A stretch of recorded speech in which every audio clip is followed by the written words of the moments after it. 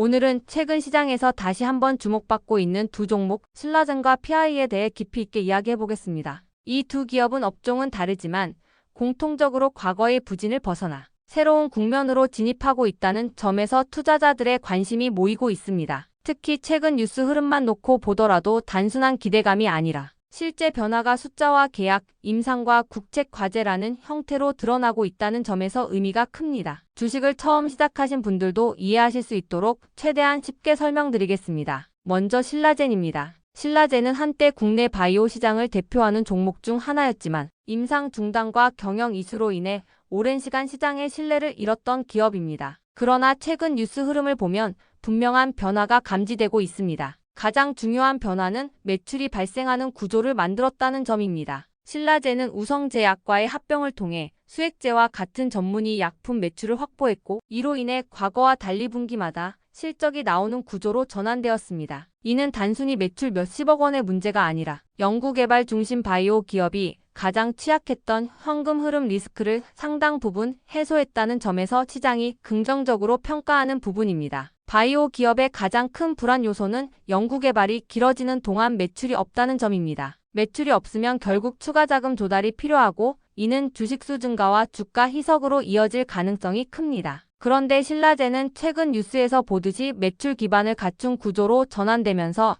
이 리스크를 상당 부분 줄였습니다. 이 변화만으로도 신라젠을 과거와 같은 시선으로 바라보는 것은 적절하지 않다는 판단이 가능합니다. 이와 동시에 신라젠의 핵심은 여전히 신약 개발입니다. 최근 시장에 관심을 받는 부분은 항암제 후보물질 BAL891을 중심으로 한 임상 진행 소식입니다. 이 물질은 암세포의 특정 신호 전달 경로를 억제하는 기전으로 알려져 있으며 단독 요법뿐 아니라 기존 면역 항암제와의 병용 가능성까지 염두에 두고 연구가 진행되고 있습니다. 최근 뉴스에서는 이 후보물질이 다양한 암종을 대상으로 적응증 확장을 시도하고 있다는 점이 언급되었고 글로벌 제약사들과의 협업 가능성도 시장에서 꾸준히 거론되고 있습니다. 바이오 투자를 처음 접하시는 분들이 가장 어려워하는 부분이 바로 임상이라는 개념입니다. 쉽게 설명드리면 임상은 약이 실제 사람에게 효과가 있는지 그리고 부작용은 없는지를 단계적으로 확인하는 과정입니다. 이 과정은 시간이 오래 걸리고 실패 가능성도 존재합니다. 그러나 중요한 것은 임상이 단절되지 않고 계속 이어지고 있다는 점입니다. 신라젠은 과거 한 번의 실패 이후 모든 것이 끝난 기업처럼 인식되었지만 최근 뉴스 흐름을 보면 오히려 임상 파이프라인을 재정비하고 실패 경험을 바탕으로 더 신중하고 체계적인 연구를 진행하고 있다는 점이 드러납니다. 특히 최근에는 신라젠이 보유한 기술이 단일 파이프라인에 의존하지 않고 여러 적응증으로 확장될 수 있다는 점이 강조되고 있습니다. 이는 하나의 임상이 실패하더라도 기업 전체가 흔들리지 않는 구조를 만들 수 있다는 의미입니다. 과거의 신라젠이 올인 구조였다면 지금의 신라젠은 분산 구조로 변화하고 있다는 점이 최근 뉴스에서 읽히는 핵심 포인트입니다. 물론 리스크는 여전히 존재합니다. 바이오 산업 특성상 임상 결과는 예측이 어렵고 승인 일정이 지연될 가능성도 항상 존재합니다. 하지만 중요한 것은 과거와 달리 지금의 신라젠은 실패하더라도 버틸 수 있는 체력을 갖추고 있다는 점입니다. 매출 기반 확보, 연구개발, 파이프라인 다각화,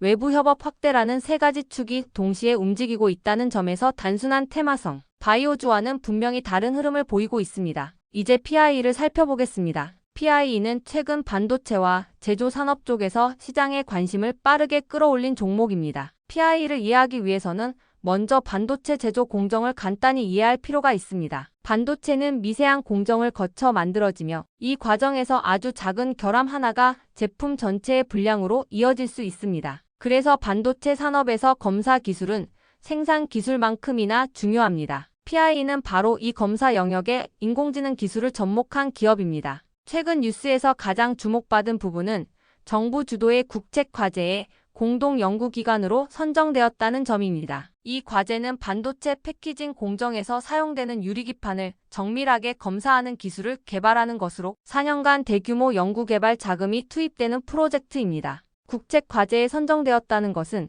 단순히 지원금을 받는다는 의미를 넘어 해당 기술이 국가산업 전략 차원에서 중요하다고 인정받았다는 의미입니다. 특히 최근 반도체 시장에서는 고성능 메모리와 인공지능 반도체 수요가 급격히 늘어나고 있습니다. 이런 반도체일수록 공정 난이도가 높아지고 불량 발생 시 손실 규모도 커집니다. 이 때문에 비파괴 방식의 고정밀 검사 기술에 대한 수요가 급증하고 있으며 PIE가 개발 중인 기술은 바로 이 시장을 겨냥하고 있습니다. PIE의 기술적 특징은 빛을 활용해 내부 구조를 3차원으로 분석하고 이를 인공지능이 학습해 결함을 찾아내는 방식이라는 점입니다. 기존 방식보다 빠르고 정확하며 공정 중 제품을 손상시키지 않는다는 점에서 경쟁력이 있습니다. 최근 뉴스에서는 이 기술이 반도체뿐 아니라 2차 전지 제조 공정에도 적용 가능하다는 점이 언급되며 시장의 기대감을 키우고 있습니다. 투자자 입장에서 PIE의 뉴스가 중요한 이유는 분명합니다. 첫째, 정부 주도의 과제 참여는 기술 신뢰도를 단기간에 끌어올리는 요소입니다. 둘째,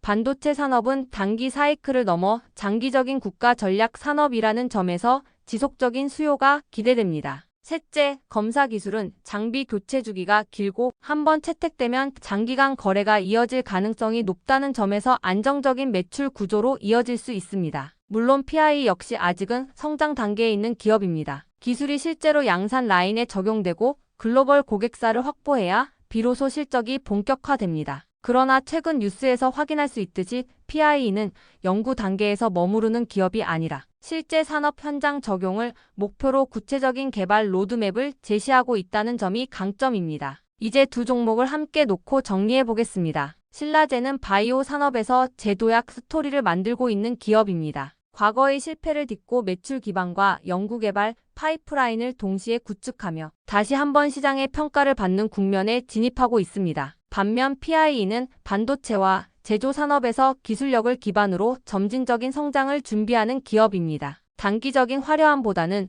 중장기 산업 성장 흐름에 올라타는 구조입니다. 이 두 종목의 공통점은 최근 뉴스가 단순한 기대감이 아니라 실제 사업 구조 변화와 연결되어 있다는 점입니다. 주식시장에서는 이런 변화가 가장 중요합니다. 말이 아니라 숫자와 계약, 임상과 과제로 나타나는 변화는 시간이 지날수록 주가에 반영될 가능성이 큽니다. 물론 투자에는 항상 리스크가 따릅니다. 바이오주는 임상 결과에 따라 큰 변동성이 나타날 수 있고 반도체 장비 관련주는 산업 사이클 영향을 받을 수 있습니다. 하지만 지금 시점에서 중요한 것은 공포보다 구조 변화입니다. 신라젠과 PIE는 모두 과거와는 다른 위치에 서 있으며 최근 뉴스는 그 변화의 방향성을 분명히 보여주고 있습니다. 지금 당장 큰 수익을 약속할 수 있는 종목은 없습니다. 그러나 중장기적인 관점에서 시장의 흐름을 읽고 준비하는 투자자라면 오늘 말씀드린 두 종목은 충분히 관심 종목으로 가져갈 만한 가치가 있습니다.